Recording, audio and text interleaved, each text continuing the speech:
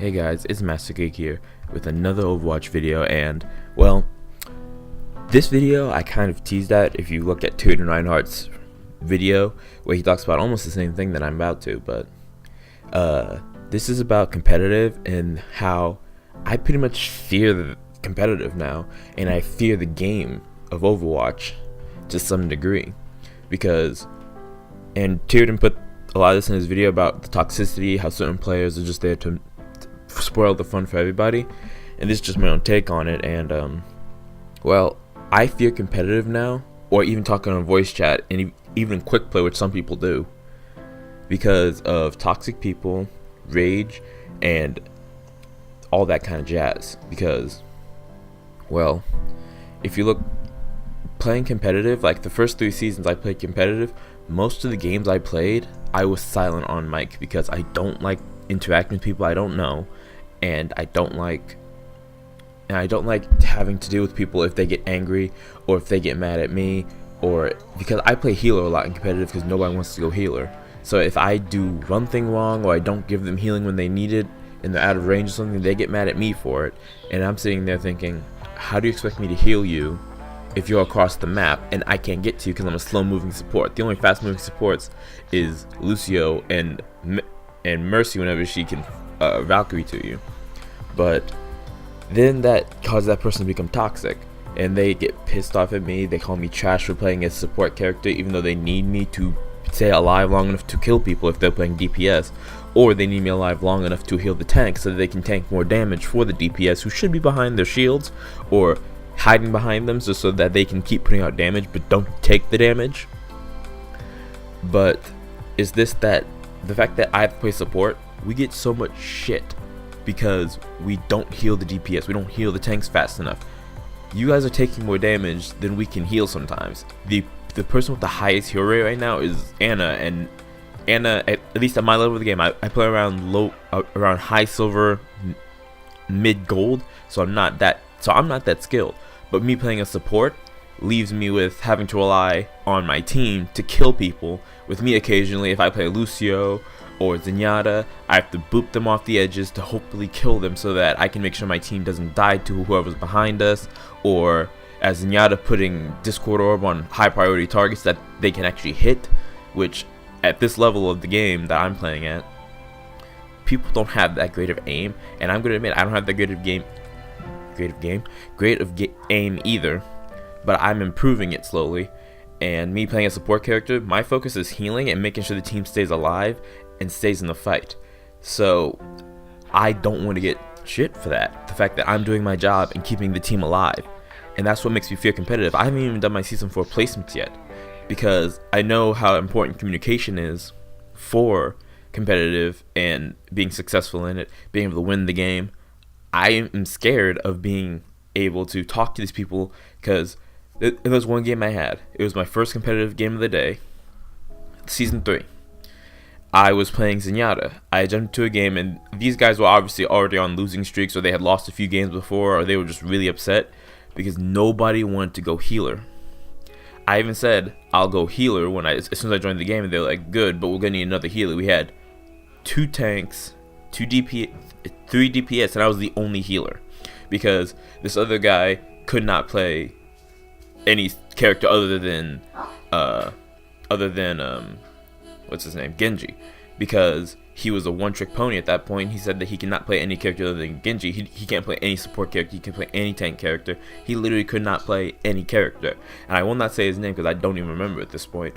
But he was a one-trick pony. He could only play Genji, so it was up to me to keep the entire team alive. And throughout the game, 2 of the other DPS who picked DPS before he did, they were getting mad because we weren't winning. Granted, it was on Temple of Anubis, one of the crappiest maps out of the 3 capture point maps in the game, and we held the defense on the second point rather well. And I was literally being Zenyatta and trying to mediate and keep people calm. I don't want to have to do that to people. I don't want to have to babysit people like supports feel like we have to do sometimes. Make sure people don't die, make sure people don't get upset, make sure people don't keep the eye focused on the task at hand, make sure that they can't feed or whatever. We have to do our best to keep the team alive, and so we have to make sure that they don't do anything stupid But if they do something stupid, I don't know what they expect us to do. Yet they get mad at us whenever we are trying to do our job and we doing it to the best of our abilities. If you like that game, I was going solo healer, yet 2 of the people left voice chat entirely, and so like everybody, it was only me and the Zenyatta dude, and occasionally the other 2 DPS would jump back in. The other 2 people were tanks, did not say a word because they were in a group. But in that time period, I literally had to babysit all of them, and I was afraid to say anything because for the first half of the game, I was not in voice chat. I will admit that. While we were doing our first attack, I was not in voice chat. Then it literally took me to join the freaking voice chat, even though we were doing just fine. They just could not push no matter what. They were just too focused on screaming at each other or too focused on trying to do damage to push onto the point at all. Like, I literally had to join voice chat. I literally joined voice chat and say, okay, idiots, I'm in voice chat now. And then I had to literally order directions as a support character. I had to become the person who was like, you go there, watch out behind us, this, that, and the other. That's not my job as support. It's my job to keep them alive and occasionally call out things like if we're getting flanked and I'm being attacked and stuff. That doesn't mean I should have had to join the voice chat and pretty much become the shot caller, which the tank should be since they're up front and they can see most of the things. I should not have had to do that, but unfortunately, because of how mad these people were at each other and all that jazz, I had to. And me being the extreme introvert, I am an extremely introverted person. If you ever meet me in real life, you will see that I am very quiet and reserved. Unless the job requires it, I will not talk to anybody. I will sit in the background, let everybody else talk around me. And if they want my 2 cents, I will be nervous to put in my 2 cents, but I'll do it. And me being in competitive, you might say, well, then competitive's not for you. I've played most of my games that I've won for the last 3 seasons have been with me not talking at all. Me not saying a word to anybody, just healing. Playing Lucio Zenyatta, those are who I play because nobody else wants to play healer, and also I don't trust anybody else to heal unless they're a healing main. Like some of my friends are. They are mercy mains. They have more hours of mercy than any other character, but they are slowly trying to become flex people like I am. I can play any character. I can play Diva. I can play Diva, I can play Lucio, I can play Zenyatta, I can play Junkrat. And recently I've learned how to start playing Mei, yet some of those heroes don't fit as viable to the meta. So I can't play those characters because people think that we don't have a chance of winning, even though some of these characters are extremely viable.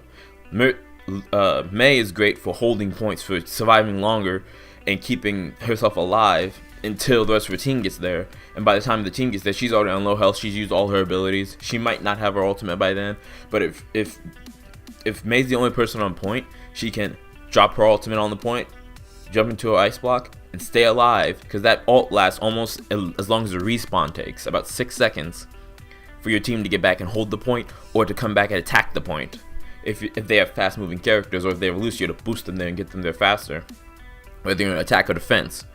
And then Junkrat, he gets a lot of shit because his damage is so not accurate, but there's enough there that way you can, especially if it's like a capture point. If you're dancing around the point and you're just firing bombs at the ground, something's gonna hit. You have the mine, which blasts not only you back, but also the enemy back. You put a trap down. Every time I'm jumping around on the point, I put a trap down. Some dumb DPS, I'm a tracer, I'm a Genji main, I'm a soldier main, steps on it, I throw a mine at them. They're already pretty much dead. I throw one bomb at them and they're dead. Then I hear a few of them rage in chat because they're like, what the heck? Why are you so good at I'm like, I'm not amazing. I'm just doing my job and I'm just jumping around trying to stay alive. Yet, I get so much shit if I play those characters in competitive. There are very few times that I've been able to join the game, play the character I want, and not worry about what my team's going to say. As a player, I shouldn't have to worry about people getting toxic at me, and not only that, the fact that there are some players that are literally just their goal is to tank the game or tank the team.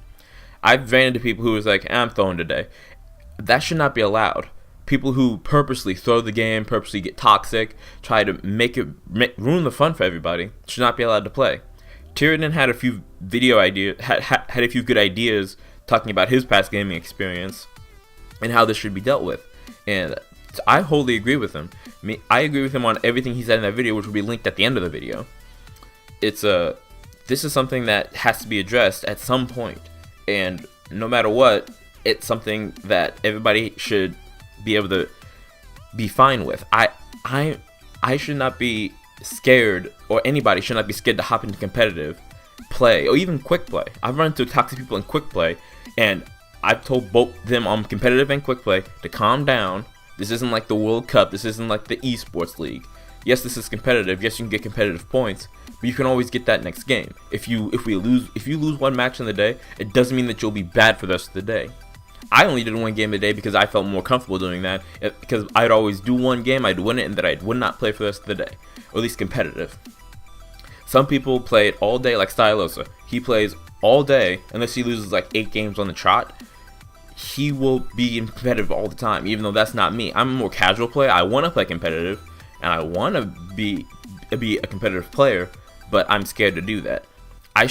Nobody should be. I don't know why I keep saying me. Nobody should be scared of playing competitive. We all should be able to hop into competitive, have a few good matches, a few good serious matches with serious team comps, and even if you're playing a character that's not in the meta, quote unquote, you should still be able to play that character if you're really good at that character. Or you should be able to take that, maybe you should switch up. For example, if you're playing a Hanzo and you're not doing so hot, you're not getting any kills, the Winston keeps jumping on you, you should probably switch to another character to counter your counter, like Reaper, or switch to another character like D.Va or something, or any other character that you could probably get good at. If you're a one-trick pony, you probably should not be in competitive unless you are planning to take that one character all the way to Grandmasters. Like me, I try to be flexible. I've run into games where there were 2 support mains already, and I'm like, okay, I'll play tank. I jumped on D.Va, I wrecked house.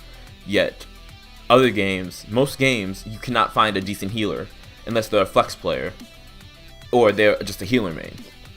In which case, that's rare because I've not run into many healer mains besides my 2 friends. Me and those 2 friends are the only healer mains that I know for a fact will only play healer.